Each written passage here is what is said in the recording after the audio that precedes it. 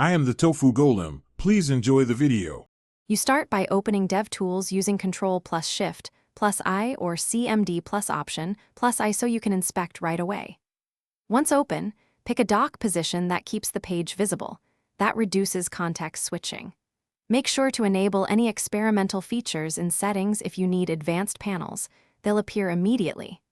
Now click the Elements tab and hover HTML to highlight DOM nodes on the page. This first step gets you hands-on quickly and sets the environment for diagnostic work.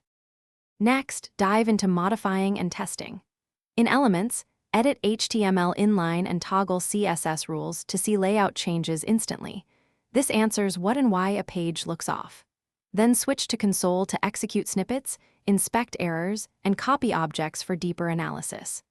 Make sure to use the Network tab to replay XHR or fetch requests and to filter by type so you focus on relevant resources. Together, these steps let you iterate fast and validate fixes without reloading the whole page.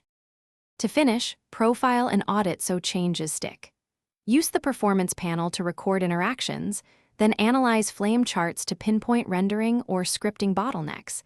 This tells you why slow behavior happens. Run a lighthouse audit to score accessibility, performance, CO, and best practices, and then apply the prioritized fixes. If DevTools becomes unresponsive, do a hard reload while clearing cache and temporarily disable extensions to rule out interference. That troubleshooting tip solves.